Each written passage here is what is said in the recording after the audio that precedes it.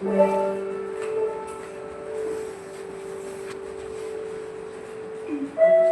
besar ini pernah pertama. Seorang ibu, seorang ayah, dan 4 anak yang tumbuh dalam hangatnya cinta. Namun, cinta itu saat sang ibu, seorang reporter, pergi hidup terang. Ia tak pernah kembali.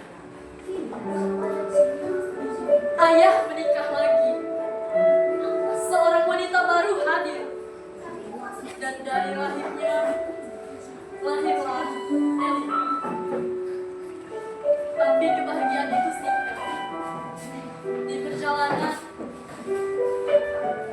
sebuah foto kecil, sebuah tawa polos berubah jadi kecelakaan yang merenggut nyawa sang ibu.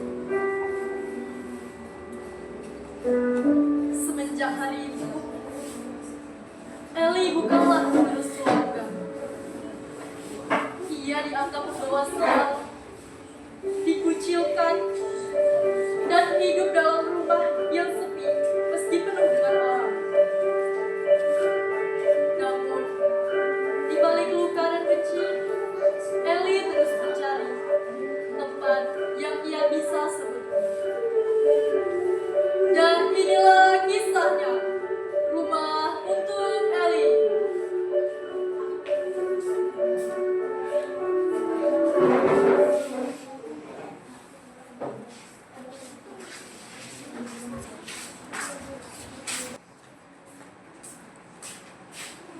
Sadita, Rendra, Nyata, dan Zara masuk dan duduk di meja makan.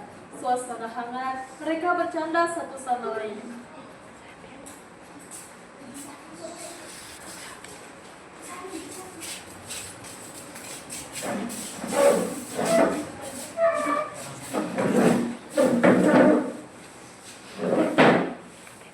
Cie yang udah dapat kerja baru boleh di sekali terakhir. Nah, gimana kita nonton?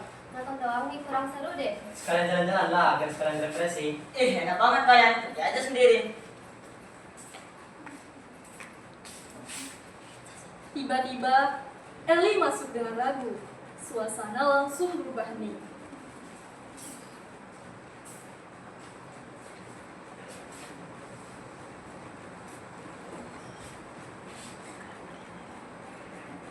Kak, Eli boleh berangkat bareng kalian nggak? Lo sadar gak sih, Be? Kehadiran di rumah ini gak pernah dianggap. Apa lupa kalau lo pejabat ibu tunggal? Iya.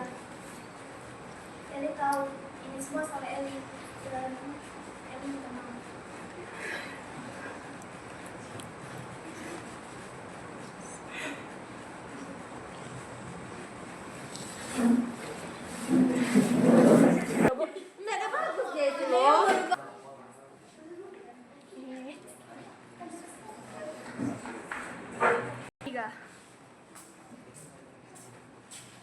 Suasana halaman sekolah sangat ramai. Eli masuk sambil berlari kecil, napasnya terengah-engah, membawa tas dengan terburu-buru.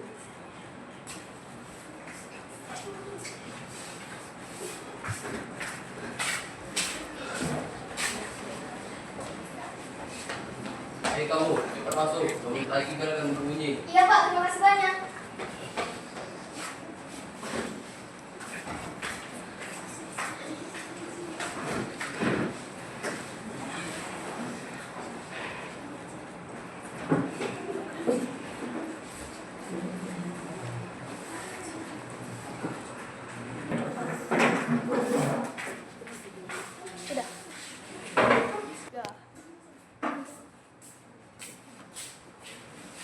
Eli, Roban, dan Selena duduk di bangku kelas.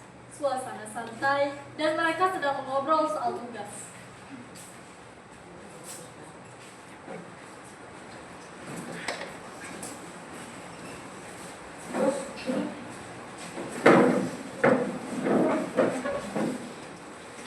Jadi ini gimana? Kita kerja kelompok di rumah siapa?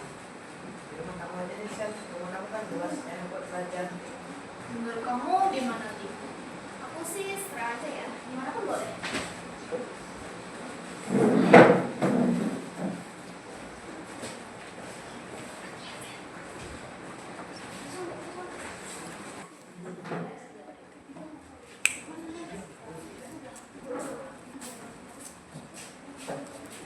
Di luar sana, dunia memberi Ellie sedikit ruang untuk bernafas. Ada sahabat yang menemaninya, ada tawa kecil yang menutupi tangisnya.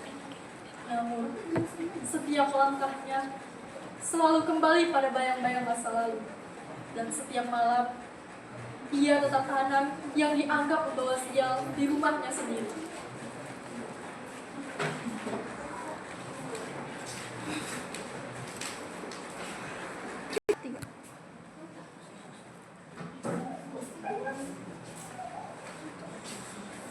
Suara hujan yang deras terdengar.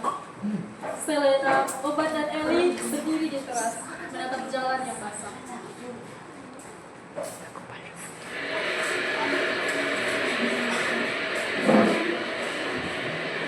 Hujan deras banget. Kamu yang hujan mau jalan kaki?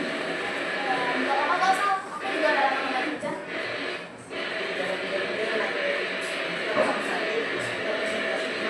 Kamu ya juga.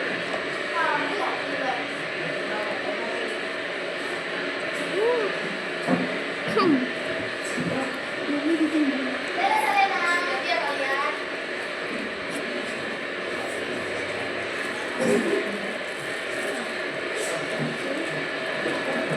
Berhenti sini aja bang. Makasih ya maaf dan maaf sudah bikin kamu repotin.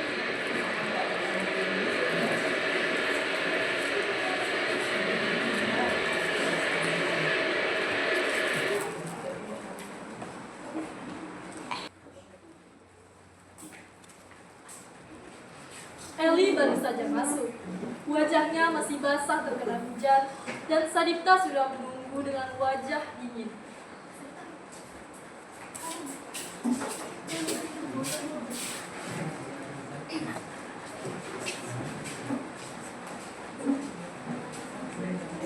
Pulang sama siapa tadi? Lo gila, bisa pulang sama laki-laki. Mau jadi perempuan apa lo?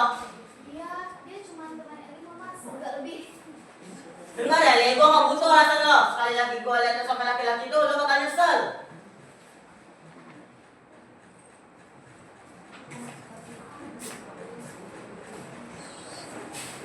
Sadipta menatap tajam, lalu berbalik.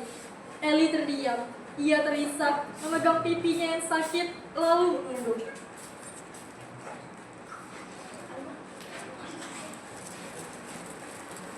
Tamparan itu bukan hanya di pipi Ellie, tapi juga di hatinya yang sudah penuh luka. Setiap langkahnya selalu salah. Setiap senyumnya selalu dianggap dusta. Dan di rumah yang seharusnya melindungi, Ellie justru menjadi asing.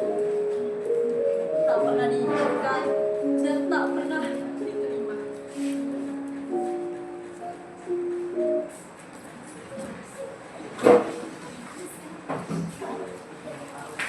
Tiga.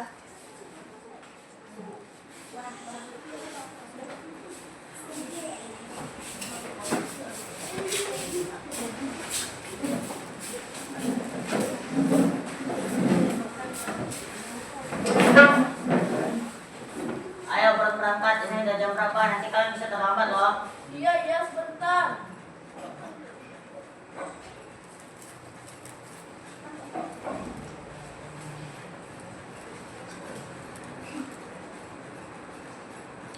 Kak, Eli boleh berangkat bareng kalian nggak?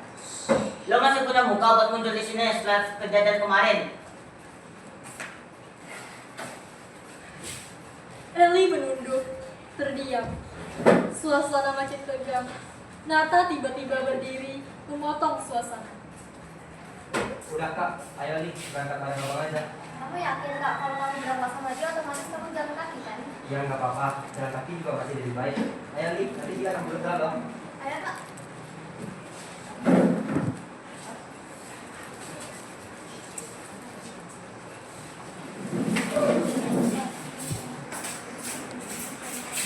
Ayo. Suara bel tanda masuk terdengar samar. Eli dan Nata masuk dari balik layar sambil berlari kecil terangkat membawa tas.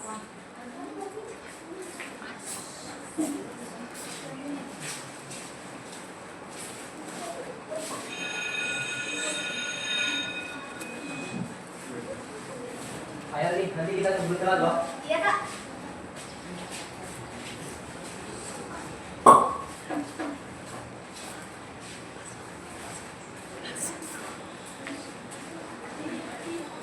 Pagi itu, Eli berangkat sekolah dengan penuh semangat bersama Nata. Namun, semangat yang ia bawa tak bertahan lama. Di balik keceriaan, sudah menunggu bayang-bayang yang selalu menghantainya. Ejekan, hinaan, dan perlakuan yang akan ia terima dari teman-temannya.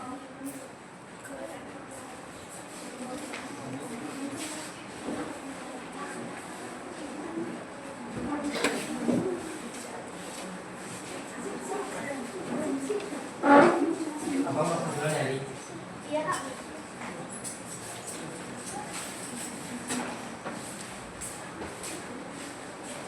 Tiba-tiba, Launa dan Laura muncul, menatap Eli dengan sinis.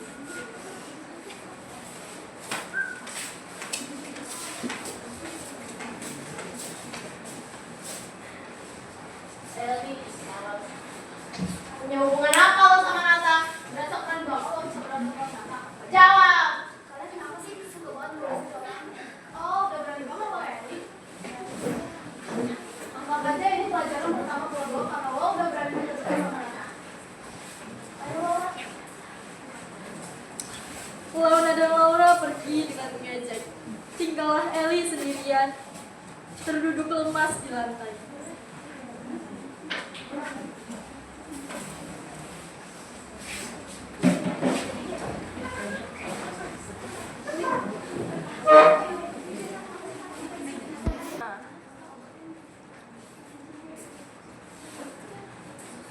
Abimanyu sedang bicara di telepon. Tangannya gemetar, menahan emosi.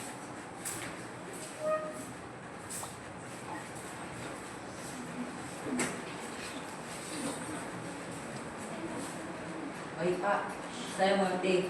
Saya minta maaf. Untuk kedepannya, saya akan lebih berhati-hati. Ia menutup telepon.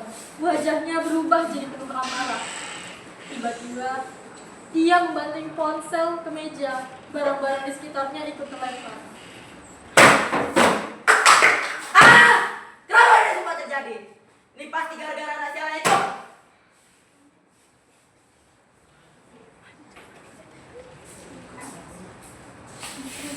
Eli pun muncul dari depan pintu. Ia tampak lelah, jalannya pincang, dan wajahnya masih merah bekas tangisan. Eli terkejut melihat kondisi rumah yang berantakan.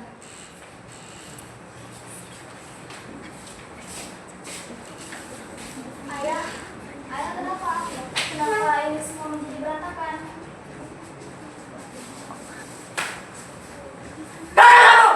Kamu memasukkan keluarga ini, Eli.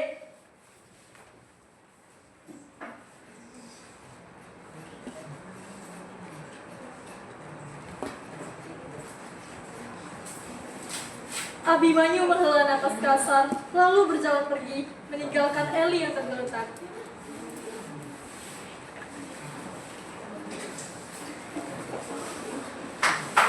Apa ini benar? Ini semuanya sudah kesalahan.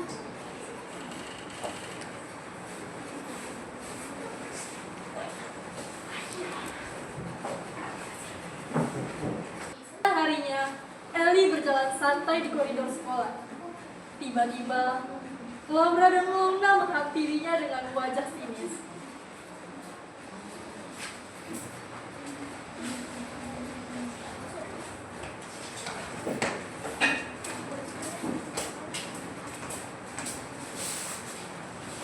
Kenapa lo lari cuma buat orsiel ya? Kasian banget. Sampai-sampai ibu lo meninggal gara-gara kasian kayak. Jangan pernah bantu gue. Berani banget lo sama gue.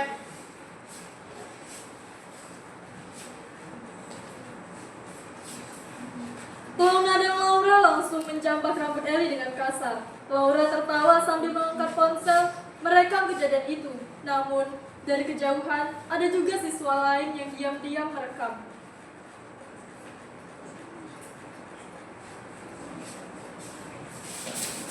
Tangan gue! Berani banget lo ya, Eli. Awas aja lo ya, Eli. Aduh, Laura.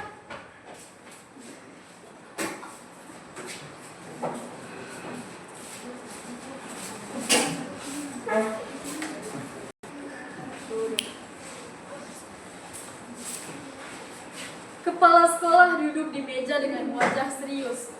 Ellie berdiri di depan, tampak gelisah. Laura duduk dengan tangan diperban dan Launa di sampingnya.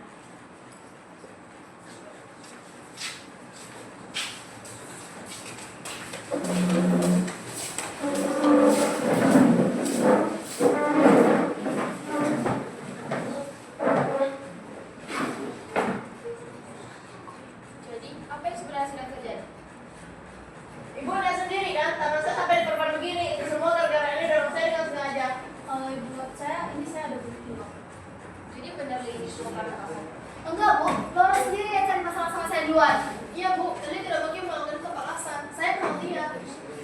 Kamu ada di tempat kejadian yang selera. Ya. Baik, dengan berhati, saya akan menemui wali kamu untuk dimintai cara lebih lanjut mengenai masalah ini. Ibu, saya... Dede, gak usah kira lagi. Semua orang udah jangan tahu siapa yang salah di sini.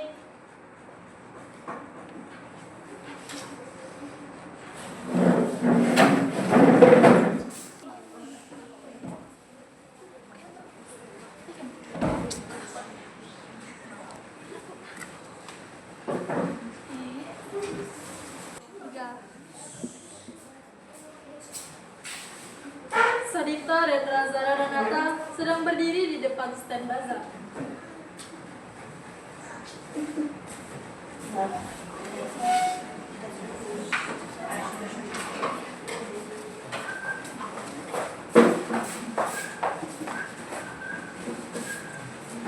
Halo kak, di sini kami ada jual kue, kakak mau beli nggak? Sebentar ya. Iya kak, terima kasih. Kamu belum sih soal Sally? Ah, ada masalah apa dia? Katanya ada dorong Laura sampai tangan dan tersebar. Ini buktinya udah tersebar juga videonya. Gila.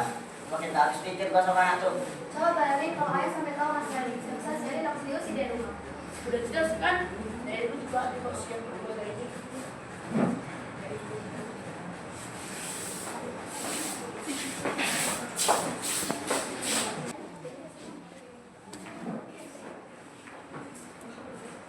Abimanyu sedang menutup telepon. Wajahnya tegang, penuh amarah.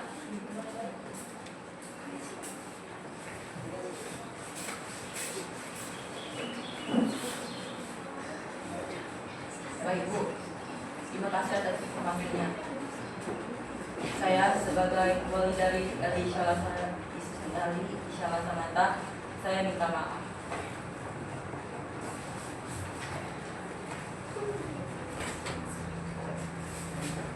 Ellie masuk pelan, wajah lelah, tubuh masih terlihat letih, dan ia menurunkan tasnya.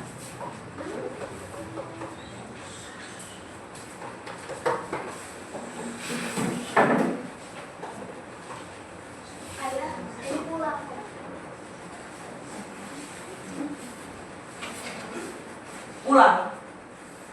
Pulang kamu bilang. Baru saja kepala sekolah telepon saya karena masalah kamu loh. Kenapa? Kenapa ada semua anak saya? Cuma kamu yang sedikit masalah. Cuma kamu tuh pematian tadi.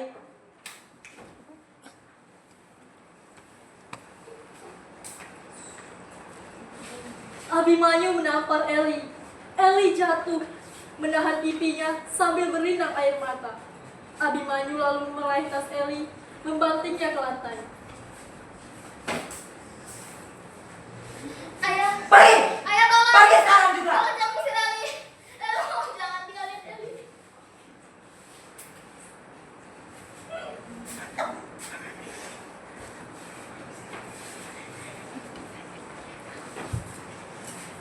Ellie terisak keras, memeluk tasnya, Dengan langkah gontai, ia lalu berjalan menjauh.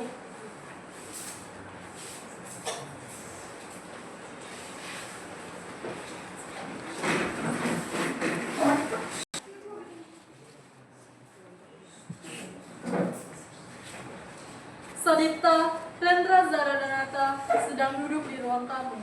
Suasana tegang.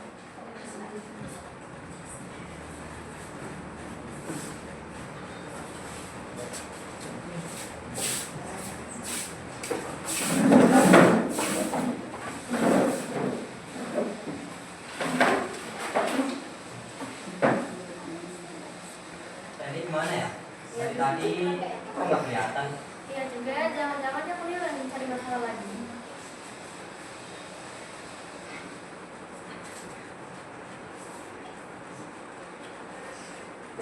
Udah, gak usah dicari lagi. Ayah udah tahu semuanya dari sekolah. Biarkan aja dia. Akhirnya yang juga sumber masalah dari keluarga ini.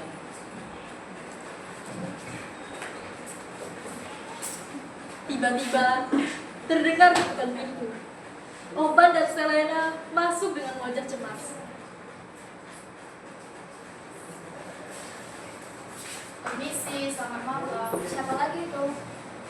Maaf kak, saya Selena temannya Eli. Kami di sini untuk kasih tahu kebenaran bahwa masalah itu gak benar. Dia sama sekali gak bersalah. Nih, semua bukti ada di sini.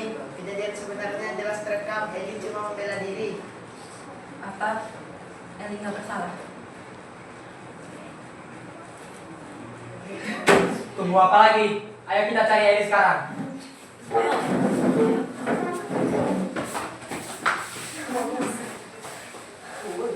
Semua tergesa, lalu berlari keluar, meninggalkan suasana tegang bercampur penyesalan.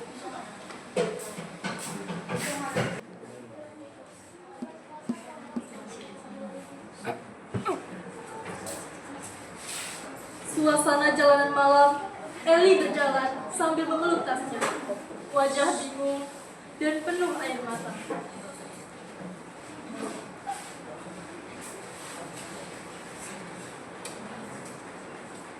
Sekarang aku harus kemana ya? Hei cantik, mau kemana nih? Sendirian aja nih. Jangan dekati aku, atau aku teriak. Teriaklah kalau berani.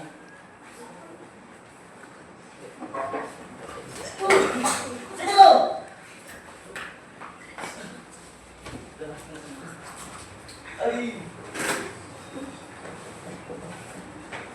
Mas Adipta, tolong bertahan. Eli mohon jangan tinggalin Eli.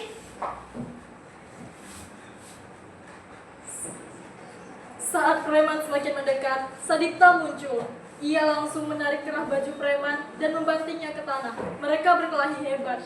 Preman mengeluarkan pisau, menusuk Sadipta, lalu kabur.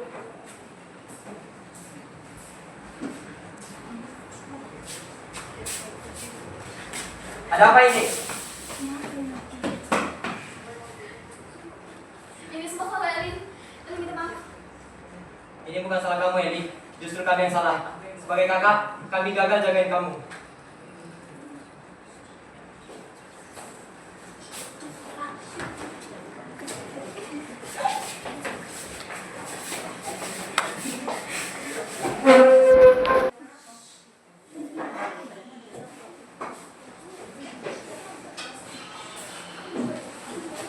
Pertumpahan darah malam itu menjadi titik balik bagi keluarga mereka. Sadipta terluka parah demi melindungi adiknya. Panik dan takut kehilangan, keluarga segera membawa Sadipta dan Eli ke rumah sakit. Berharap masih ada keajaiban yang bisa menyelamatkan mereka.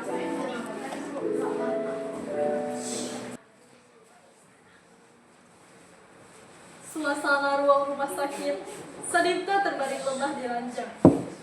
Abimanyu, Rendra, Zara, dan Nata mengelilingi mereka.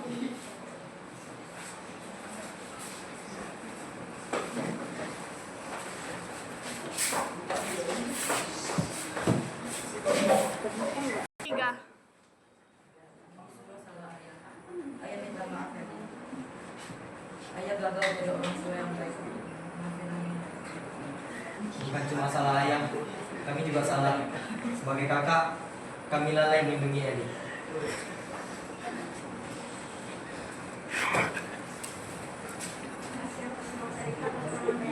Sehingga dibutuhkan transfusi segera.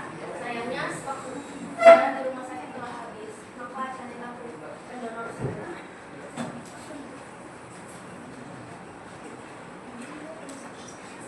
Eli bersedia. Enggak, apa mama jangan Eli. Kamu sudah terlalu banyak menderita. Gak apa-apa kak, sekali ini uang pengorbananku untuk masa kita.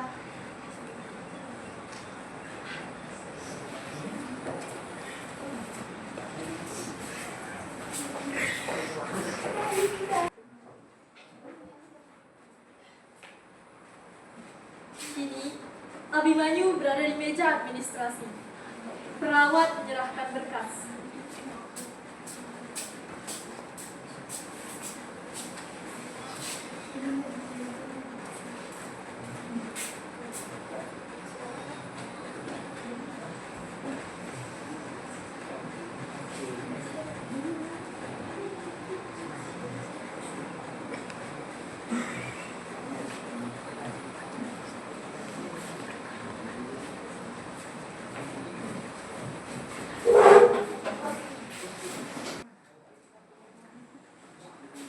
Eli duduk di kursi yang telah disediakan.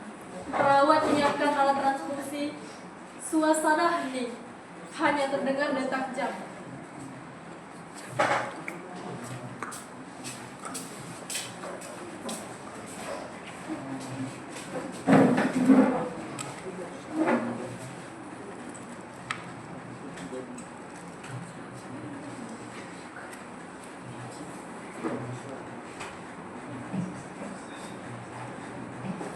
Semoga ini bisa jadi pengorbananku yang terbaik untuk masa depan.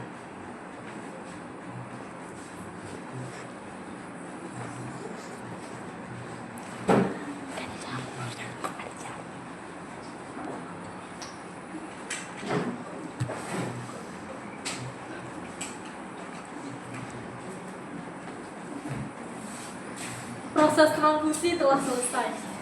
Eli duduk, lalu perlahan berjalan keluar. Dia menyusuri koridor.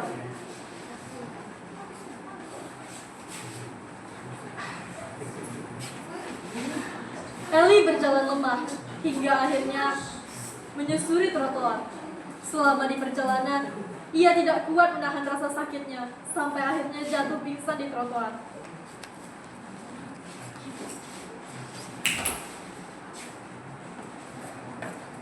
Dia jatuh.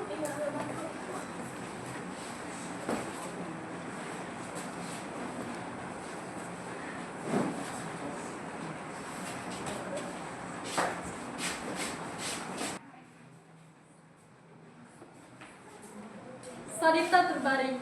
Abimanyu, Rendra, Sarah menunggu dengan cemas.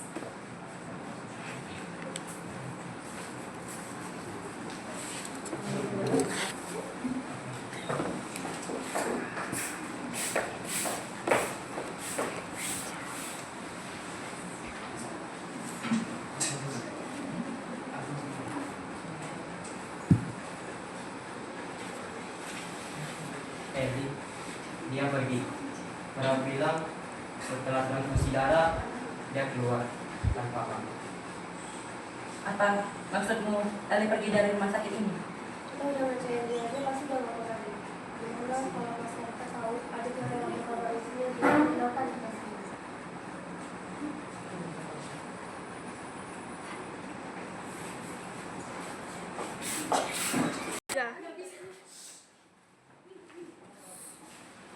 Eli tergeletak sendirian di pinggir jalan, tanpa ada yang menolong.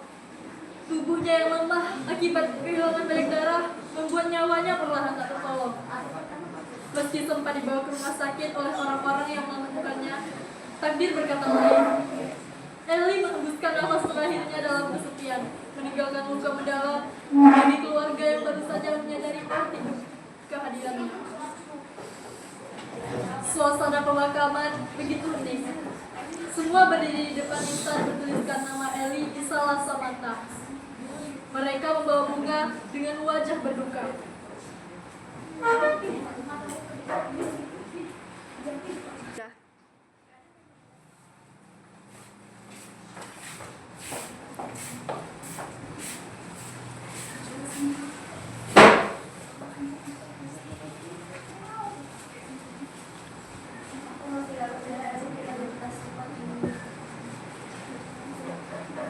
Bahkan kita belum sempat minta maaf sama dia.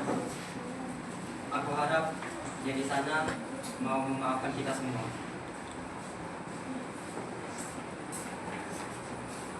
Semua menangis, menunduk di depan makam.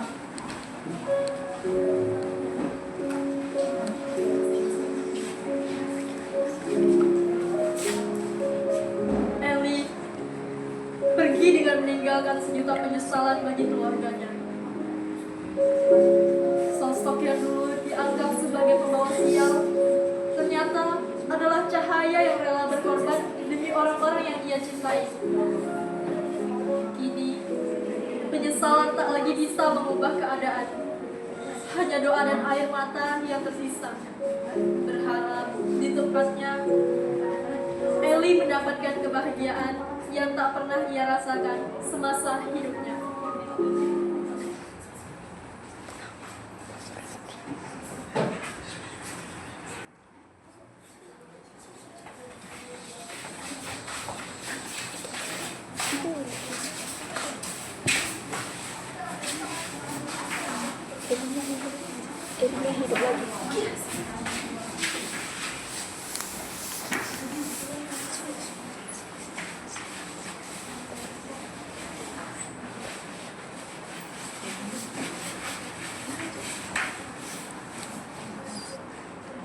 Sekian penampilan drama dari kelompok 2. Kami izin mohon undur diri.